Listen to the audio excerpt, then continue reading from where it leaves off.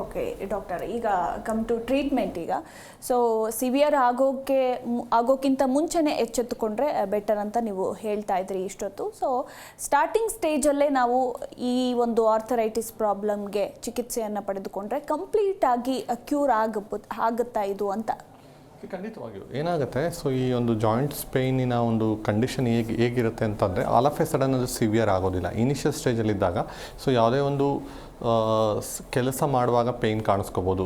Pain on exertion ಅಂತ ಹೇಳ್ತೀವಿ, ಅಂದರೆ ವೆಯ್ಟ್ ಲಿಫ್ಟ್ ಮಾಡುವಾಗ ಪೇಯ್ನ್ ಅನಿಸ್ಬೋದು, ಅರ್ಲಿ ಮಾರ್ನಿಂಗ್ ಟೈಮಲ್ಲಿ ಪೇಯ್ನ್ ಹೆಚ್ಚು ಅನಿಸ್ಬೋದು, ಅಥವಾ ತುಂಬ ಹೊತ್ತು ಎದೋಳುವಾಗ ಪೇಯ್ನ್ ಆಫ್ಟರ್ ಪ್ರೊಲಾಂಗ್ ರೆಸ್ಟ್ ಅಂತ ಹೇಳ್ತೀವಿ, ಅಥವಾ ಮೆಟ್ಲತ್ತುವಂಥ ಸಂದರ್ಭದಲ್ಲಿ ಪೇಯ್ನ್ ವೈಲ್ ಕ್ಲೈಂಬಿಂಗ್ ಸ್ಟೇರ್ಸ್ ಅಂತ ಹೇಳ್ತೀವಿ. ಸೊ ಈ ಥರದ ಒಂದು ಲಕ್ಷಣಗಳನ್ನ ಇನಿಷಿಯಲ್ ಸ್ಟೇಜಲ್ಲಿ ನೋಡ್ತಕ್ಕಂಥದ್ದು ಇರುತ್ತೆ. ಸೊ ತುಂಬ ಜನ ನೆಗ್ಲೆಕ್ಟ್ ಮಾಡೋದು, ಇಗ್ನೋರ್ ಮಾಡೋದು ಕೂಡ ನೋಡ್ತಕ್ಕಂಥದ್ದು ಇರುತ್ತೆ. ಸೊ ಆಗೇನಾಗುತ್ತೆ, ಸೊ ಆ ಒಂದು ಬೋನ್ಸ್ ಅವಿಯುವಂಥದ್ದು ಅಥವಾ ಕಾರ್ಟಿಲೇಜ್ ವೀಕ್ ಆಗ್ತಕ್ಕಂಥದ್ದು ಆಗಿ ಅಥವಾ ಇನ್ಫ್ಲಮೇಟರಿ ಚೇಂಜಸ್ ಅನ್ನೋದು ಹೆಚ್ಚಾಗ್ತಾ ಹೋಗಿ ಸೊ ಏನಾಗುತ್ತೆ, ಒಂದು ಹಂತಕ್ಕೆ ತಲುಪಿದಾಗ ಕಂಟಿನ್ಯೂಸ್ ಪೇಯ್ನ್ ಆಗುವಂಥದ್ದು ಅಥವಾ ತುಂಬ ಸಿವಿಯರ್ ಆಗಿ ಕಂಡು ಬರುವಂಥದ್ದು ಕೂಡ ನಾವು ನೋಡ್ತಕ್ಕಂಥದ್ದು ಇರುತ್ತೆ. ಸೊ ಆ ನಿಟ್ಟಿನಲ್ಲಿ ಹೇಳಿದಾಗ ಸೊ ಡೆಫಿನೆಟ್ಲಿ ಎಷ್ಟು ಅರ್ಲಿಯಾಗಿ ಐಡೆಂಟಿಫೈ ಮಾಡ್ತಾರೆ, ಎಷ್ಟು ಬೇಗ ಟ್ರೀಟ್ಮೆಂಟ್ ತೊಗೋತಾರೆ, ಅಷ್ಟು ಬೇಗ ರಿಕವರ್ ಆಗುವಂಥ ಒಂದು ಚಾನ್ಸ್ ಇರುತ್ತೆ. ಯಾವ ಏಜಲ್ಲಿ ಬಂದಿದೆ, ಜೊತೆಗೆ ಯಾವ ಥರದ ಒಂದು ಇಂಟೆನ್ಸಿಟಿಲಿ ಆ ಸಮಸ್ಯೆ ಇದೆ, ಇದೆಲ್ಲ ನೋಡಿದಾಗ ಕ್ಲಿಯರಾಗಿ ಹೇಳೋದಕ್ಕೆ ಸಾಧ್ಯ ಆಗುತ್ತೆ.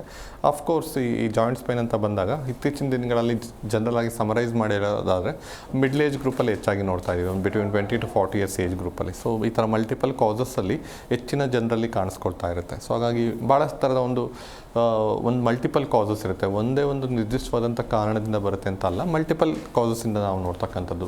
ಓವರ್ ವೆಯ್ಟ್ ಇರ್ಬೋದು, ಅಥವಾ ಸ್ಟ್ರೆಸ್ ಫ್ಯಾಕ್ಟರ್ಸ್ ಇರ್ಬೋದು, ಅಥವಾ ಡಯಟ್ರಿ ಇನ್ಸಫಿಷಿಯನ್ ನ್ಯೂಟ್ರಿಷನ್ ಡೆಫಿಷಿಯನ್ಸಿಸ್ ಇರ್ಬೋದು, ಅಥವಾ ಹೇಗೇನು ಹೇಳಿದಾಗೆ ಒಂದು ಜೆನೆಟಿಕ್ ಫ್ಯಾಕ್ಟರ್ ಕೂಡ ಕೆಲವೊಮ್ಮೆ ಕಾರಣ ಆಗ್ಬೋದು. ಸೊ ಈ ಥರದ್ದೆಲ್ಲ ಒಂದು ಫ್ಯಾಕ್ಟರ್ಸಿಂದ ಇದ್ದಾಗ ಏನಾಗುತ್ತೆ, ಬೇಗನೆ ಸಮಸ್ಯೆ ಬಂದ್ಬಿಡೋ ಒಂದು ಚಾನ್ಸ್ ಇರುತ್ತೆ. ಬಟ್ ಎಚ್ಚೆತ್ಕೊಂಡು ಅದಕ್ಕೆ ಬೇಕಾದ ಒಂದು ಪ್ರಾಪರ್ ಡಯಾಗ್ನೋಸಿಸ್ ಅಂತ ತುಂಬ ಇಂಪಾರ್ಟೆಂಟ್ ಆಗುತ್ತೆ. ಡಯಾಗ್ನೋಸಿಸ್ ಮಾಡಿದಾಗ ಯಾವ ಥರದ ಒಂದು ಡಿಸೀಸ್ ಕಂಡೀಷನ್ ಉಂಟಾಗಿದೆ, ಅಥವಾ ಅದಕ್ಕೆ ಯಾವ ಥರದ ಒಂದು ಟ್ರೀಟ್ಮೆಂಟ್ ಬೇಕಾಗುತ್ತೆ, ಲೈಫ್ ಸ್ಟೈಲ್ ಯಾವ ಥರ ಚೇಂಜಸ್ ಮಾಡ್ಕೋಬೇಕಾಗತ್ತೆ, ಡಯಟ್ರಿ ಮಾಡಿಫಿಕೇಷನ್ಸ್ ಏನಾದ್ರು ಮಾಡ್ಕೋಬೇಕಾ, ಇದೆಲ್ಲ ಚೇಂಜಸ್ ಮಾಡ್ಕೊಂಡಾಗ ಒಂದು ಕಂಟ್ರೋಲ್ಗೂ ಬರುತ್ತೆ, ಬೇಗ ವಾಸಿ ಆಗುವಂಥ ಒಂದು ಚಾನ್ಸಸ್ ಕೂಡ ಹೆಚ್ಚಾಗಿರುತ್ತೆ. ಕೆಲವೊಬ್ಬರಲ್ಲಿ ಎರಡು ಥರದ ಒಂದು ಆರ್ಥರೈಟಿಸ್ ಕೂಡ ನೋಡ್ತೀವಿ. ರೊಮ್ಯಾಟೈಡ್ ಆರ್ಥರೈಟಿಸ್ ಜೊತೆಗೆ ಆಸ್ಟಿಯೋಆರ್ಥರೈಟಿಸ್ ಸಮಸ್ಯೆ ಕಾಣಿಸ್ಕೊಳ್ಳುವಂಥ ಒಂದು ಚಾನ್ಸ್ ಇರುತ್ತೆ, ಈಗೇನು ವಯಸ್ಸಹಜವಾಗಿ ಕಂಡುಬರುವಂಥದ್ದು. ಸೊ ಹಾಗಾಗಿ ಎಕ್ಸಾಕ್ಟಾಗಿ ಡಯಾಗ್ನೋಸಿಸ್ ಮಾಡಿ ಅವರ ಡಿಸೀಸ್ ಕಂಡೀಷನ್ ಏನಿದೆ ಎಲ್ಲ ತಿಳ್ಕೊಂಡಾಗ ಒಂದು ಪ್ರಾಪರ್ ಟ್ರೀಟ್ಮೆಂಟ್ ಕೊಡೋದಕ್ಕೆ ಸಾಧ್ಯ ಆಗುತ್ತೆ. ಜೊತೆಗೆ ರಿಸ್ಕ್ ಫ್ಯಾಕ್ಟರ್ಸ್ ಏನಾದ್ರು ಇತ್ತು ಅಂತಂದರೆ ಅದನ್ನು ಸರಿಪಡಿಸೋದಕ್ಕೆ ಕೂಡ ಸಾಧ್ಯ ಆಗುತ್ತೆ ಅಂತೇಳಿ. ಜಿ ಕನ್ನಡ ನ್ಯೂಸ್ ಈಗ ನಿಮ್ಮ ಮನೆಯಲ್ಲೇ ನೋಡಿ, ಎಲ್ಲ ಕೇಬಲ್ಗಳಲ್ಲಿ ಈಗ ಲಭ್ಯ.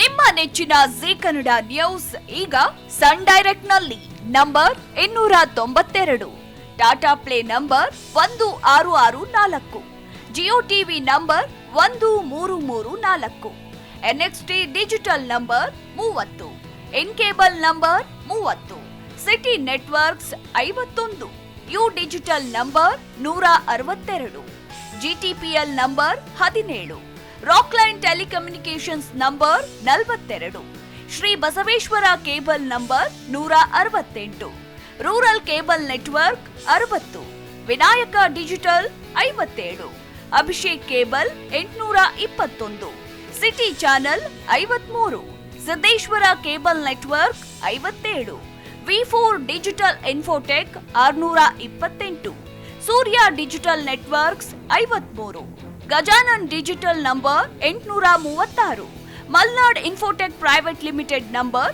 56, Metrocast number 830, Victory Digital number 167ರಲ್ಲಿ ನೋಡಿ ಆನಂದಿಸಿ.